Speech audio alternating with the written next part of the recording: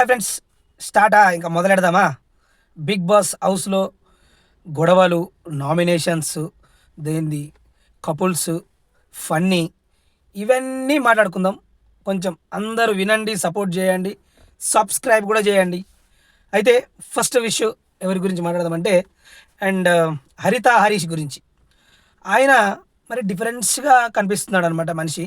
ఎందుకంటే ఆయన మొన్న శనివారం నాడు, ఆదివారం నాడు జరిగిన షో గురించి అయితే వీడియోస్ రాలేదు. దాన్ని బేస్ చేసుకునే ఈ వీడియో పెడుతున్నాను. ఎందుకంటే అక్కడ కుదరలేదు, పెట్టలేదు. ఆ రోజు ఎవరు నామినేషన్ అయ్యారు, ఎవరు ఎలిమినేషన్ అయ్యారు, ఏంది అయ్యింది అనేది శనివారం, ఆదివారం నాడైతే ఎపిసోడు నేను చేయలే. కానీ అందులో జరిగిన మ్యాటర్ ఏంటంటే అందులో అండ్ షష్ఠి ఎలిమినేషన్ అయితే అయిపోయింది.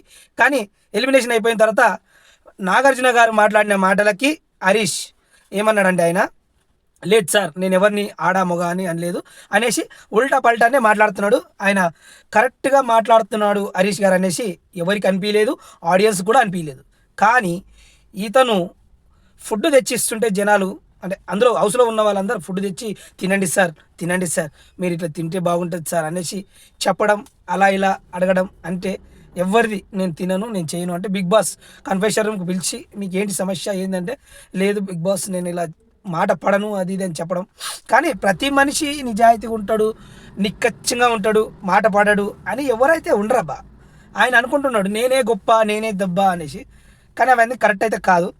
బిగ్ బాస్ హౌస్ అన్నప్పుడు రియాలిటీ షో అంటే ఒక్కొక్కరిది ఒక్కొక్క షేడ్ ఉంటాయి అనమాట. షేడ్స్ ఉంటాయి. అంటే ఒకరు ఒకలాగా ఉంటారు, ఒకరు ఒకలాగా ఉంటారు, అందరూ ఒకటేలాగా ఉంటారు. అయితే ఇందులో భోజనం కోసము బిగ్ బాస్ హౌస్లో అడుగుతున్నారు అందరు, తినండి తినండి తినండి. భరణి గారు వచ్చి తినండి. అసలు భరణి గారి గురించి చెప్తేనే నాకు అసహ్యం అన్నట్టు చెప్తుండ్రు. బిగ్ బాస్ మళ్ళీ రాముకు కూడా చెప్పాడు, మీరు ఇతన్ని చూసుకోండి, తినిపించండి, ఉంచండి, మంచిగా చూసుకోండి అంటే ఓకే అని చెప్పడం జరిగింది. అయితే ఇవన్నీ జరిగిన తర్వాత కూడా తినలేదు. తినకపోవడం కారణం ఏంటి అంటే అతను నేను తప్పు చేయలేదు అని ఆయన అనుకుంటున్నాడు. జనాలందరికీ తప్పు చేశాడనే బయట టాక్, ఆడియన్స్ కూడా చూపించారు తప్పు చేసావు, నువ్వు తప్పు మాట్లాడావు అనేసి.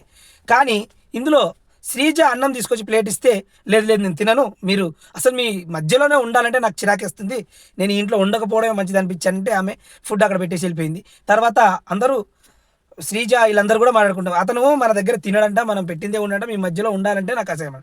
అయితే ఓనర్సే అలా అనుకుంటే ఎలా అనేసి అడగడం జరిగింది. మరి ఇతను తినడకపోవడం కారణం ఏంటో తెలియదు. కాబట్టి ఇతను ఈ హౌస్లో ఇలా నటిస్తున్నాడు, ఇలా ఉంటున్నాడు అనేసి ఎంతమందికి అనిపిస్తుందో కామెంట్ చేయండి. అండ్ లైక్ చేయండి నచ్చితే, నచ్చకపోతే కామెంట్ చేయండి.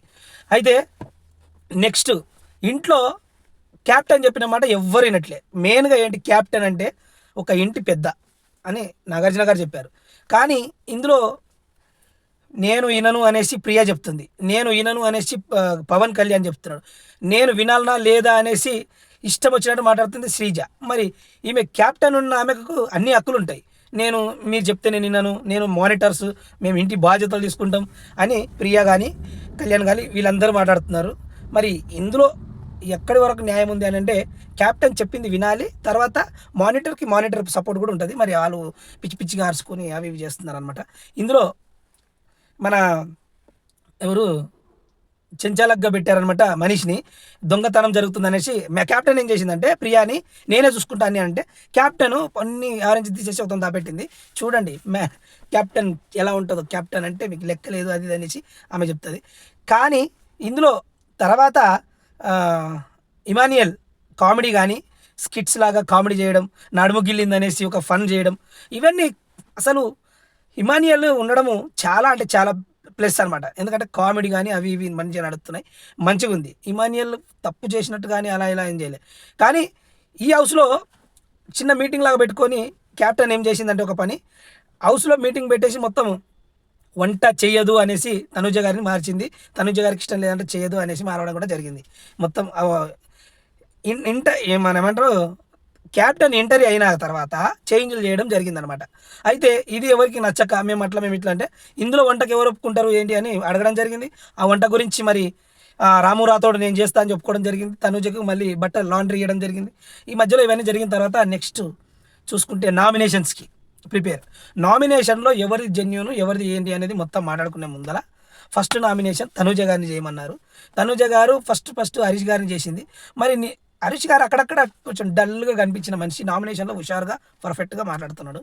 మీరు నన్ను ఒక అమ్మాయిని బయటికి పోర్ట్రే చేయడానికి మీరు ఇష్టం వచ్చినట్టు మాట్లాడినారు, క్యారెక్టర్స్ అవి ఇవన్నీ మాట్లాడినారు, అందుకని మిమ్మల్ని నామినేషన్ చేస్తున్నంటే, లేదు నేను అట్లా చేయలేదు ఇట్లా చేయలేదు అని అంటే, నేను ఇమాన్యుయల్ భరణి గారు మాట్లాడుతుంటే ఒక అమ్మాయితో అనుకున్నాను, 3 అమ్మాయిలతో మాట్లాడాను అనేసి మీరు అనడం అంటే నేను ఒప్పుకోవట్లేదు. నేను అలా అనలేదు, ఇలా అనలేదు అని ఉల్టపల్ట. ఇందులో న్యాయంగా వీడియో చూసి ఉంటే ఒకవేళ బిగ్ బాస్ వీడియో ఇందులో న్యాయం ఉందా లేదా అనేది ఒకసారి మీరు చూడండి, తెలుస్తుంది. నామినేషన్లో నామినేట్ అయింది మన మాస్క్ మ్యాన్, కరెక్టే అనిపిస్తుంది నాకైతే. మళ్ళీ నెక్స్ట్ నామినేషన్ చేసింది ఎవరిని అంటే తర్వాత అండ్ ఆమె పేరేంటి, ఫ్లోరో షైని, ఆమెను కూడా నామినేషన్ చేసింది అండ్ తనూజ గారు. నామినేషన్ చేస్తే మీరు షాంపూ అండ్ కనీసం మిక్స్ కలిపి అనేసి నామినేషన్ చేయడం జరిగింది. ఆమెకు డిఫైన్ చేసుకోవడానికి రాలేదు, ఆమె సింపుల్గా అనేది మీరు అట్లా ఇట్లా అనేది ఓకే, అంతటితో సాల్వ్, ఈమె నామినేషన్ అయిపోయింది. తర్వాత నామినేషన్ చేసింది ఎవరంటే అండ్ మనీష్ అండ్ రీతు చౌదరి. ఒక దగ్గర లైవ్ చూశానండి, గంటన్నర లైవ్, మామూలుగా కొట్లాడలేదు. కానీ ఇందులో ఎంత కొట్లాడి ఏం చేసినా కానీ అందులో తప్పు ఎవరిది అనిపిస్తుంది అంటే రీతు చౌదరి. ఎప్పుడు వెళ్ళి ఆ డిమాండ్ పవన్ పక్కన కూర్చొని అవి చేస్తూ ఉంటే ఆయన కరెక్ట్ పాయింట్ తీసుకొని నామినేషన్ చేసిండు. అందులో రియాక్షన్ చెప్తుంది, అందులో ఇబ్బంది పడుతుంది, మీరు ఎట్లా. అందులో ఓకే, నాకు నచ్చింది అయితే మనీష్ కరెక్టే చేసిండు, ఆమె కరెక్ట్గానే పోయి అందులో అట్లా సోది పెట్టుకుంటా అది చేసుకుంటా ఉందన్నమాట. తర్వాత నామినేషన్ చేసింది ఎవరినంటే అండ్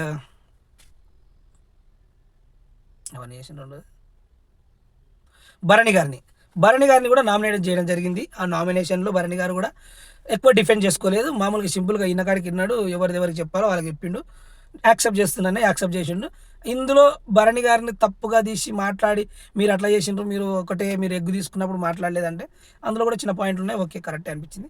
ఓకే ఫ్రెండ్స్, ఓవరాల్గా ఇలా జరిగిందనమాట ఈ ఎపిసోడ్, మండే ఎపిసోడ్. సరే మరి సబ్స్క్రైబ్ చేయండి, లైక్ షేర్ సబ్స్క్రైబ్ చూడండి ప్లీజ్ ఫుల్గా.